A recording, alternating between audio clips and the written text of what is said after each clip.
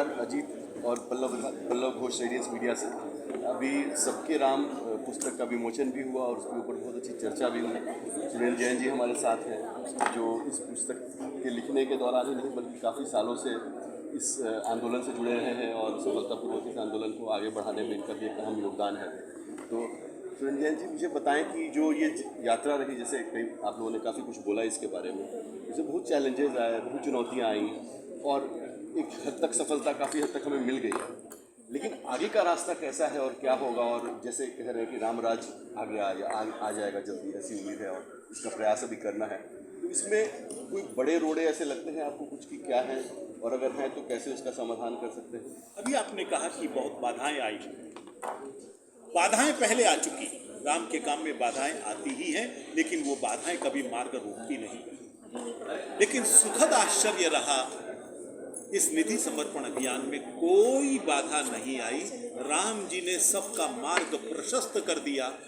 ऐसे लोग जो किसान आंदोलन के नाम पर धरने पर बैठे थे, उन्होंने भी आगे बढ़कर योगदान किया। समाज के सभी वर्गों ने किया, भिक्षुक से लेकर राजा ने किया। लोग इंतजार कर रहे थे, जहां नहीं पहुंच पा रहे वहां वो आ रहे थे। बाधा का प्रश्न ही नहीं, आनंद का पर्व रहा, देश को जोड़ने का पर्व, बल्कि महापर्व है। अब हम जब रामराज की बात करते हैं तो उस समय जैसे एक बहुत ही सुंदर एक गीत भी था, जहाँ डाल डाल पर सोने की चिड़िया करती है बसेरा, भारत देश है मेरा। तो वो समय जो मतलब जिसकी सब हम परिकल्पना या कल्पना कर रहे हैं, या काफ़ी समय से प्रयास भी कर रहे हैं बहुत सारे लोग, आपके जैसे लोग, और उनके नेतृत्व में बहुत सारे लोग, युवा लोग भी जुड़े हुए हैं।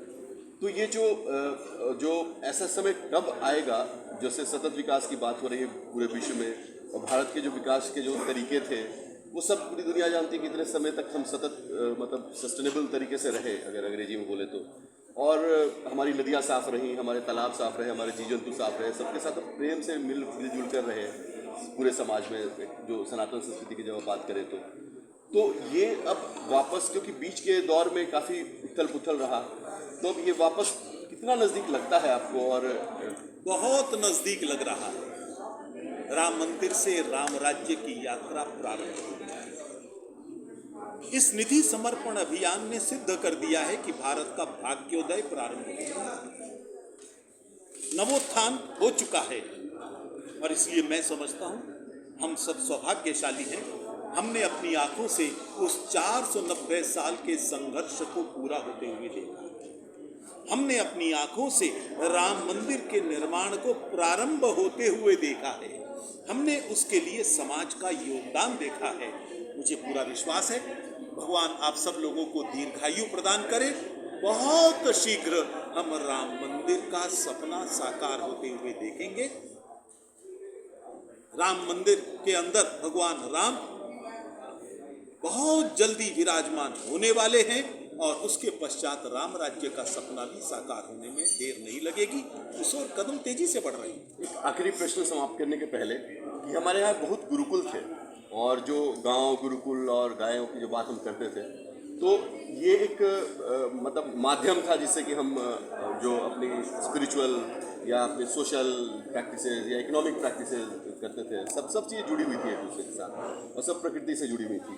तो ऐसे गुरुकुल कब फिर से स्थापित होंगे, जो मतलब, और बच्चे कब से मतलब जो राम और कृष्ण, भगवान राम और भगवान कृष्ण की कहानियाँ सुनेंगे, समझेंगे, इस मिथ से ये कब ये अभियान ने इसे सिद्ध कर दिया है कि राम देश की जड़ है।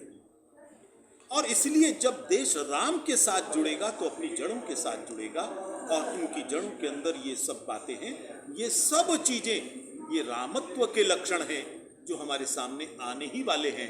देश ने उस ओर सोचना शुरू कर दिया है।